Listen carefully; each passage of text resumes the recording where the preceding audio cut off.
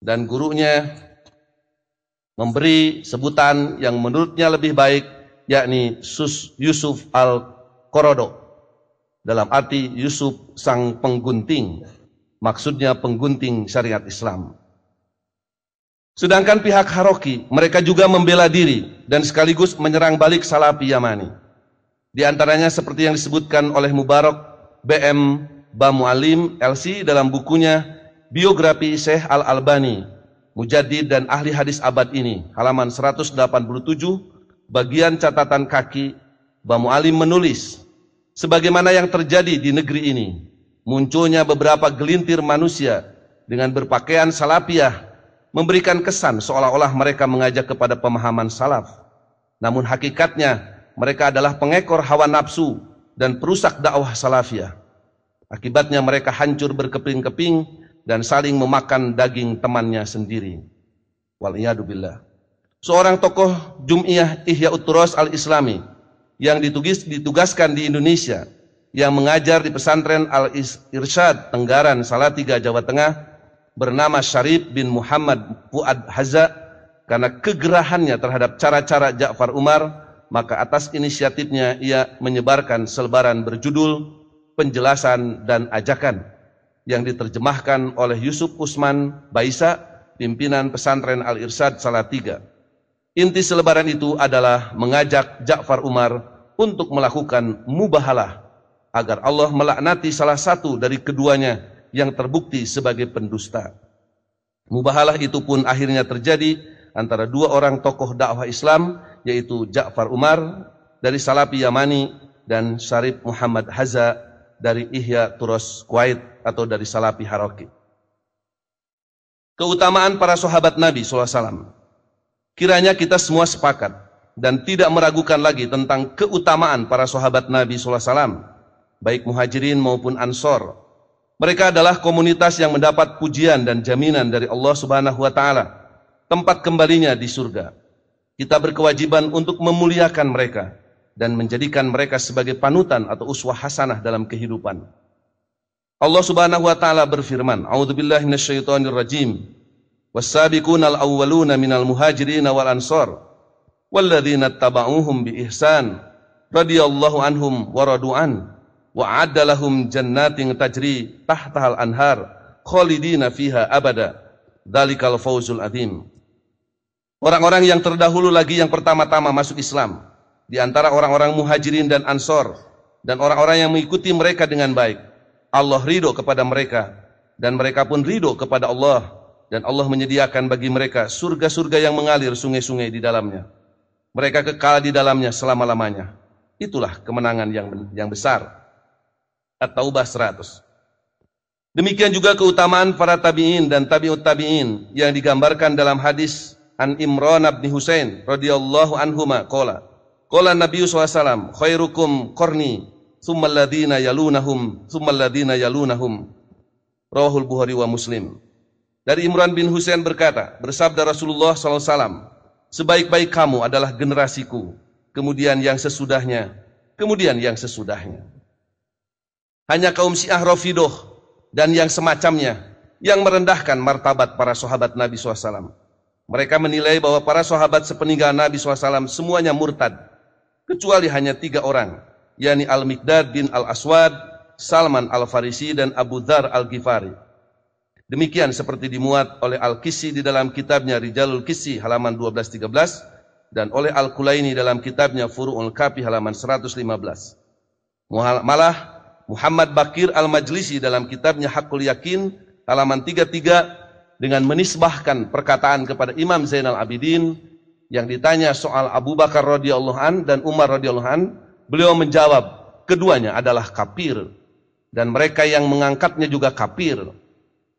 Bahkan di halaman 519, Al-Majlisi mengatakan, akidah kami dalam hal kebencian adalah membenci 4 berhala, yaitu Abu Bakar, Umar, Utsman, dan Muawiyah, dan 4 wanita, yaitu Aisyah, Hafsah, Hindun, dan Ummul Hakam, serta semua orang yang mengikuti mereka. Mereka adalah sejelek-jelek makhluk di muka bumi ini. Tidaklah sempurna iman kepada Allah, Rasulnya, dan para imam, kecuali setelah membenci musuh-musuh tersebut. Subhanallah. Al-Quran dan As-Sunnah sebagai dua dasar.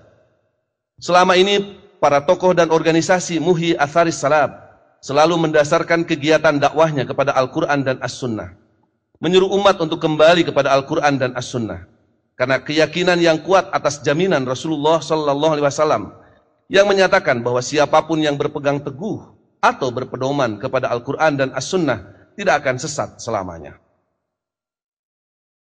Allah Subhanahu wa taala telah memerintahkan, ya ayyuhalladzina amanu atiullaha wa atiur rasula walil amri minkum fa in tanaza'tum fi syai'in farudduhu ila Allah war rasul in kuntum tu'minuna billahi wal yaumil akhir dzalika khairu wa ahsanu ta'wila. Hei orang-orang yang beriman, taatilah Allah dan taatilah Rasulnya dan ulil amri di antara kamu. Kemudian jika kamu berlainan pendapat tentang sesuatu, maka kembalikanlah ia kepada Allah, yakni Al-Quran dan Rasul, yaitu sunnahnya. Jika kamu benar-benar beriman kepada Allah dan hari kemudian, yang demikian itu lebih utama bagimu dan lebih baik akibatnya.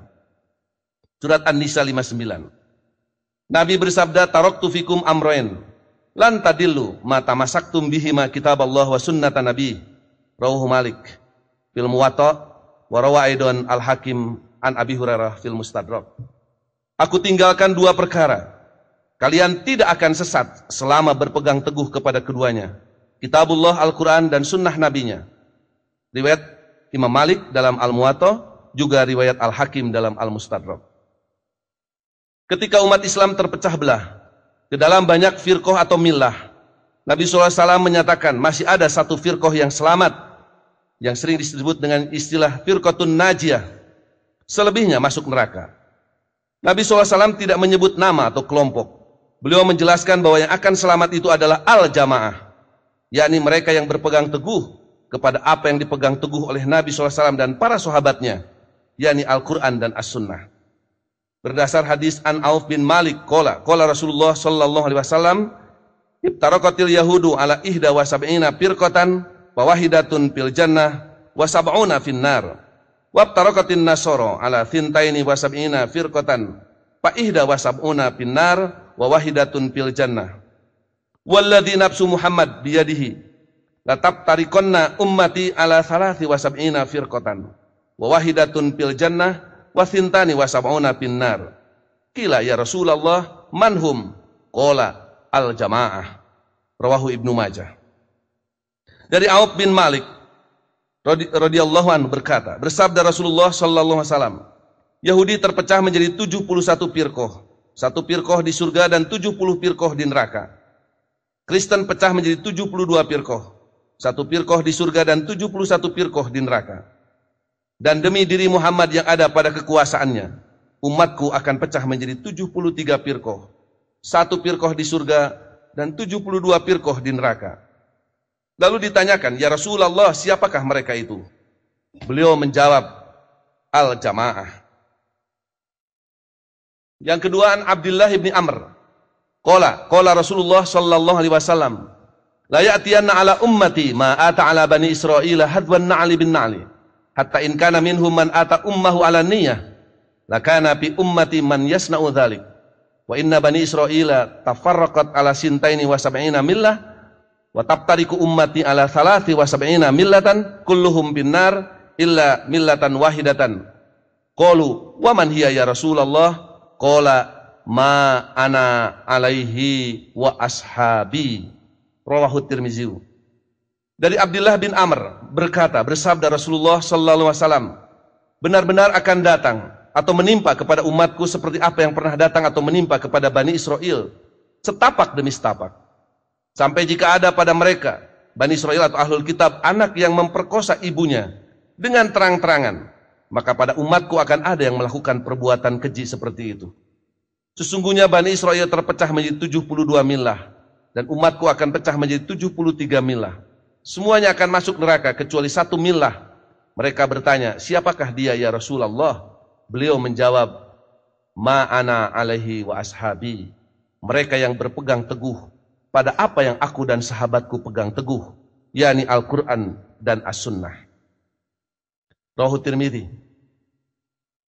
Kemudian yang ketiga, an Jabir bin Abdullah qala kana Rasulullah sallallahu alaihi wasallam idza khotaba ihmarat ainahu wa ala sautuhu wastadda ghadabuhu hatta ka'annahu mundiru jaishin yaqulu sabahakum wa massaakum wa yaqulu bu'istu ana was-sa'atu kahatain wa yakrunu baina isba'aihi as-sababati wal wusta wa yaqulu amma ba'd fa inna khairal hadits kitabullah wa khairul huda huda Muhammad wa syarrul umur muhdatsatuha wa kullu bid'atin dolalah.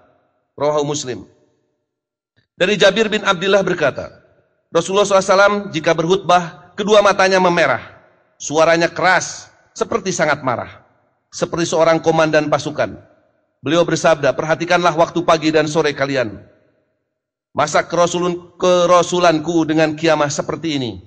Beliau berisyarat dengan telunjuk dan jari tengahnya. Beliau bersabda, amma ba'du, sesungguhnya sebaik-baik perkataan adalah kitabullah, dan sebaik-baik petunjuk adalah petunjuk Muhammad SAW, dan sejelek-jelek urusan adalah yang diada-adakan, dan setiap bid'ah itu sesat. Manhaj salafus soleh sebagai dasar ketiga. Bagi salafi Yamani, siapapun yang hanya berdiri di atas Al-Quran dan As-Sunnah, tapi tidak berdiri di atas manhaj salafus soleh, mereka adalah sesat. Berikut saya kutip pernyataan Syekh Al-Albani ketika memberi fatwa tentang kesesatan Hizbut Tahrir yang dimuat oleh Salafi Or-Aidi 1 Juni 2003 sebagai berikut. Ketika ada yang bertanya, saya banyak membaca tentang Hizbut Tahrir, dan saya kagum terhadap banyak pemikiran-pemikiran mereka. Saya ingin Anda menjelaskan atau memberikan faidah pada kami dengan penjelasan yang ringkas tentang Hizbut Tahrir ini. Syekh Al-Albani menjawab antara lain, golongan atau kelompok atau perkumpulan atau jamaah apa saja dari perkumpulan Islamiyah, selama mereka tidak berdiri di atas kitabullah, Al-Quran, dan sunnah Rasulullah Sallallahu Alaihi Wasallam, serta di atas manhaj atau jalan atau cara salafus soleh, maka dia, golongan itu, berada dalam kesesatan yang nyata. Tidak diragukan lagi bahwasanya golongan atau hizib apa saja yang tidak berdiri di atas tiga dasar ini, Al-Quran, sunnah Rasulullah SAW, dan manhaj salafus soleh, maka akan berakibat atau membawa kerugian pada akhirnya, walaupun mereka itu dalam dakwahnya ikhlas. Syekh Muhammad Nasiruddin Al-Albani juga menjelaskan tentang belum cukupnya jika hanya berdasar Al-Quran dan As-Sunnah, seperti dimuat oleh situs As-Sunnah Or-Aidi 13 Juni tahun 2000 sebagai berikut. Syekh Al-Albani menjelaskan sebabnya kembali kepada dua hal, yaitu pertama, hubungan dengan dalil syar'i, dan kedua, fenomena jamaah Islamiyah yang ada. Berkenaan dengan sebab pertama, kita dapati dalam nas-nas yang berupa perintah untuk menaati hal lain di samping Alkitab dan As-Sunnah, sebagaimana dalam firman Allah, dan taatilah Allah, taatilah Rasul dan ulil amri di antara kalian. Surat An-Nisa 59. Jika ada waliul amri yang dibaiat kaum muslimin, maka menjadi wajib ditaati seperti keharusan taat kepada Alkitab dan As-Sunnah. Walau kadang muncul kesalahan dari dirinya dan bawahannya, taat kepadanya tetap wajib untuk menepis akibat buruk dari perbedaan pendapat dengan menjunjung tinggi syarat yang sudah dikenal, yaitu tidak ada ketaatan kepada makhluk di dalam bermaksiat kepada Al-Khaliq. Lihat As-Sahihah nomor 179. Dan barang siapa yang menentang Rasul sesudah jelas kebenaran baginya dan mengikuti jalan yang bukan jalan orang-orang mukmin, kami biarkan mereka berkuasa terhadap kesesatan yang telah dikuasainya itu, dan kami masukkan dia ke dalam jahanam, dan jahanam itu seburuk-buruk tempat kembali. Surat An-Nisa 115. Allah Ta'ala, Allah Maha Tinggi dan jauh dari main-main. Tidak disangka lagi penyebutan sabilil mu'minin atau jalan kaum mukminin pasti mengandung hikmah dan manfaat yang besar. Ayat itu membuktikan adanya kewajiban penting, yaitu agar ittiba kita terhadap Alkitab dan As-Sunnah harus sesuai dengan pemahaman generasi Islam yang pertama, yaitu generasi sahabat. Inilah yang diserukan dan ditekankan oleh dakwah salafiyah di dalam inti dakwah dan manhaj tarbiyahnya. Sesungguhnya dakwah salafiyah benar-benar akan menyatukan umat sedangkan dakwah lainnya hanya akan mencabik-cabiknya. Allah berfirman, dan hendaklah kamu bersama-sama orang-orang yang benar. At-Taubah ayat 119. Siapa saja yang memisahkan antara Alkitab dan As-Sunnah dengan As-Salafus Saleh bukanlah seorang yang benar selamanya. Adapun berkenaan dengan sebab kedua, bahwa kelompok-kelompok dan golongan-golongan umat Islam sekarang ini sama sekali tidak memperhatikan untuk mengikuti jalan kaum mukminin yang telah disinggung ayat di atas dan dipertegas oleh beberapa hadis. Di antaranya hadis tentang firqah yang berjumlah 73 golongan. Semua masuk neraka kecuali satu. Rasul mendeskripsikan sebagai dia golongan itu adalah yang berada di atas pijakan dan para sahabatku hari ini. Hadis ini senada dengan ayat yang menyitir tentang jalan kaum mukminin.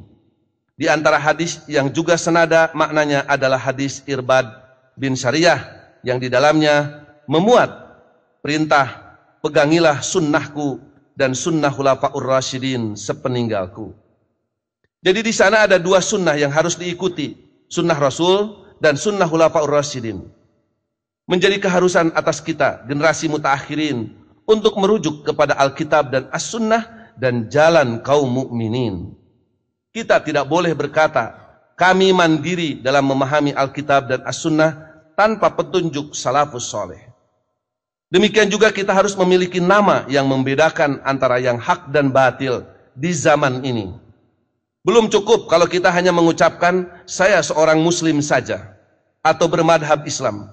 Sebab semua firqah juga mengaku demikian.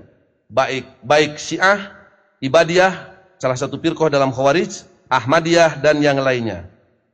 Apa yang membedakan kita dengan mereka?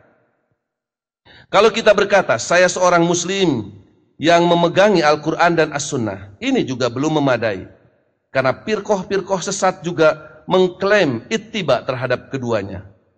Tidak sak lagi, nama yang jelas, terang dan membedakan dari kelompok sempalan adalah ungkapan, saya seorang muslim yang konsisten dengan Alkitab dan As-Sunnah serta manhaj salaf, atau disingkat saya salafi.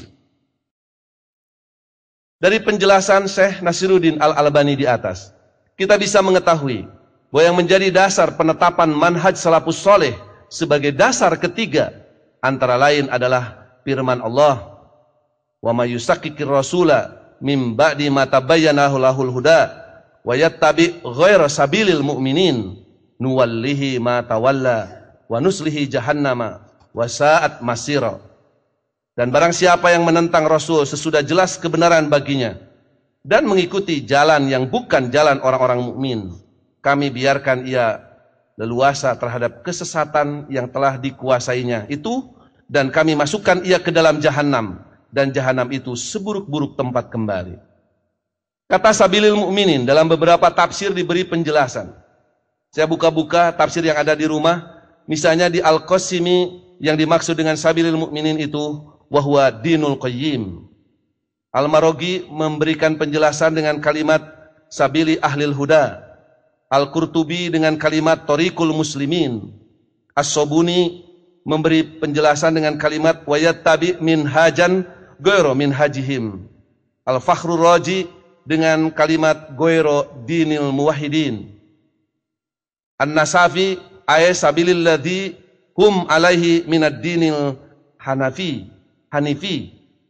Al-Munir memberi penjelasan dengan kalimat ay ittifaqul mujtahidin min ummati Muhammadin sallallahu alaihi wasallam ba'da wafatihi fi asrin minal usur ala hukmi syar'i. Dari beberapa penafsiran di atas, beberapa di antaranya menunjukkan bahwa yang dimaksud dengan sabilil mukminin itu adalah ajaran Islam, ajaran tauhid. Terutama jika dikaitkan dengan sababun nuzul ayat ini terkait dengan orang-orang kafir Quraisy yang datang ke Madinah kemudian menyatakan diri masuk Islam, tapi setelah kembali ke Mekah kemudian mereka murtad dan kembali kepada kemusyrikan. Mereka meninggalkan jalan orang-orang yang beriman, yakni ajaran Islam, agama tauhid.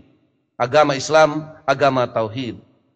Syekh Muhammad Mutawalli As-Sa'rawi di dalam tafsirnya juz 5 halaman 2637 menghubungkan kata sabilil mu'minin dengan ayat wa anna hadza sirati mustaqima fattabi'uhu wa la tattabi'us subula fatafarraqu bikum an sabilihi dzalikum wassaqum bihi la'allakum tattaqun. Al-An'am 153. Dan bahwa yang kami perintahkan ini adalah jalanku yang lurus, maka ikutilah dia, dan janganlah kamu mengikuti jalan-jalan yang lain, karena jalan-jalan itu mencerai-beraikan kamu dari jalannya. Yang demikian itu diperintahkan Allah kepadamu agar kamu bertakwa.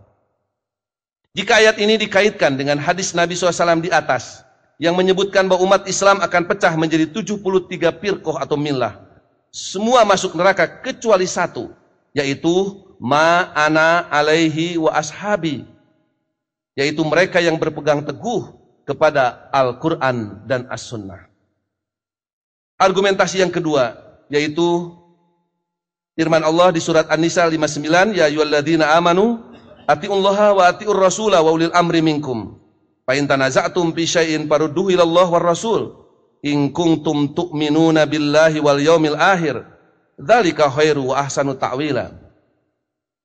Argumentasi dengan menggunakan ayat ini untuk menetapkan manhaj salafus soleh sebagai dasar ketiga kiranya kurang relevan, karena kalimat ulil amri minkum bersifat umum dan bisa berlaku pada setiap zaman dan makan, tidak hanya khusus pada zaman sahabat sampai generasi tabi'ut tabi'in. Dalam ayat ini juga dengan jelas dan terang, jika kita bertentangan dalam suatu urusan, Allah hanya memerintahkan kembali kepada Allah yaitu Al-Quran dan Rasul yaitu As-Sunnah. Tidak ada perintah kepada ulil amri, kembali kepada ulil amri. Argumentasi ketiga adalah hadis dari Irbad bin Sariyah, usikum bitaqwallah wasam'i wa ta'ati wa in abdun habasyiyun fa innahu man ya'is minkum yara ikhtilafan katsira wa iyyakum muhdatsatil umur fa innaha dalalah faman adraka dzalika minkum fa alaihi bisunnati wa sunnatil khulafa'ir rasyidin al-mahdiyyin addu 'alaiha bin nawajid. Rawahu Tirmizi. Aku berpesan kepada kalian agar bertakwa kepada Allah, wajib mendengar dan taat meskipun pemimpinmu itu seorang habsi. Sesungguhnya barang siapa yang berumur panjang akan menyaksikan perselisihan yang banyak. Hati-hatilah dengan urusan yang diada-adakan, sebab yang diada-adakan itu sesat. Barang siapa di antara kalian dengan keadaan seperti itu, maka hendaklah ia mengikuti sunnahku dan sunnah para khulafaur rasyidin yang mendapat petunjuk. Pegang teguhlah dengan sungguh-sungguh. Berdasar hadis ini, kita diperintahkan untuk mengikuti sunnah Nabi SAW dan sunnah para khulafaur rasyidin. Tapi kita belum pernah mendapatkan keterangan dari Nabi SAW siapa-siapa saja yang disebut atau masuk kategori khulafaur rasyidin itu. Apakah terbatas kepada Abu Bakar radhiyallahu anhu sampai dengan Ali bin Abi Thalib radhiyallahu anhu? Jika di kemudian hari ada khalifah atau pemimpin yang termasuk kategori rasyidin dan mahdiyin, menurut hadis ini, menurut hadis di atas, adalah wajib bagi umat Islam untuk mengikutinya. Dengan demikian tidak hanya khulafaur rasyidin yang salaf, tapi juga yang khalaf. Persoalan berikutnya, apakah kalimat atau sebutan khulafaur rasyidin al-mahdiyin dalam hadis di atas dapat diberlakukan dalam pengertian umum yang mencakup semua sahabat, tabi'in dan tabi'ut tabi'in, untuk kemudian diambil istinbat bahwa manhaj salafus soleh sebagai dasar ketiga. Tanpa mengurangi rasa hormat kita atas kemuliaan para sahabat, dalam kenyataan kita kerap kali dihadapkan kepada kesulitan dalam memahami ayat atau hadis Nabi SAW. Ketika di antara sahabat Nabi SAW sendiri terjadi perbedaan pendapat atau sikap, lantas sahabat manakah yang harus diikuti? Kita ambil contoh satu misalnya, tentang makna aulamastumun nisa dalam Quran surat An-Nisa ayat 43 dan Al-Ma'idah ayat 6. Ibnu Mas'ud berpendapat, mencium itu termasuk lamasu, hendaklah berwudu. Lamasu itu bukan bersetubuh. Begitu dalam Nailul Autor juz 1 halaman 231. Sementara Ali bin Abi Thalib dan Ibnu Abbas menafsirkan mulamasah itu dengan arti jima atau bersetubuh. Kalau kita lihat Subulus Salam juz 1 halaman 66. Pendapat sahabat mana yang harus kita ambil?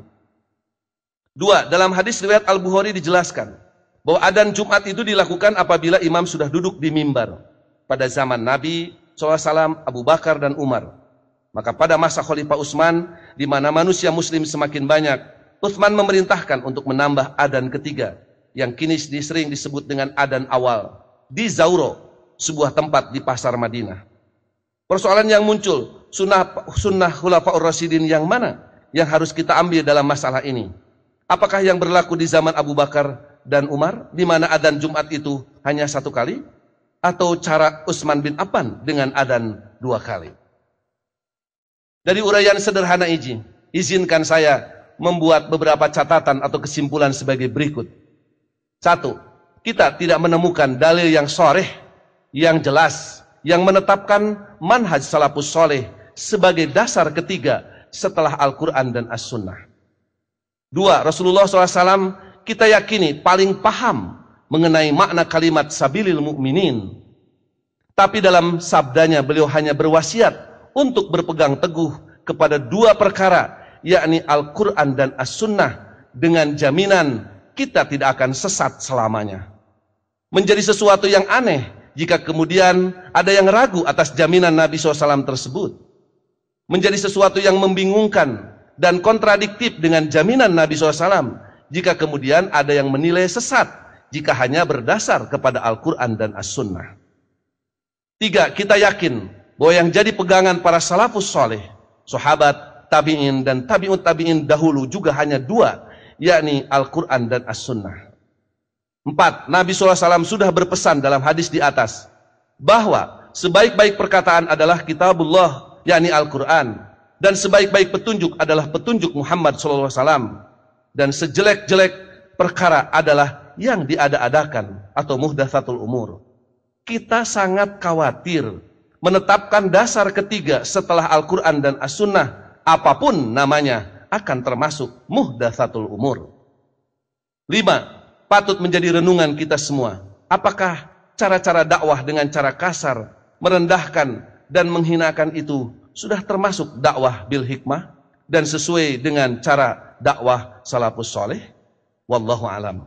Allahu yahudu biaidina ila ma fihi khairul Islam wal muslimin. Wassalamualaikum warahmatullahi wabarakatuh.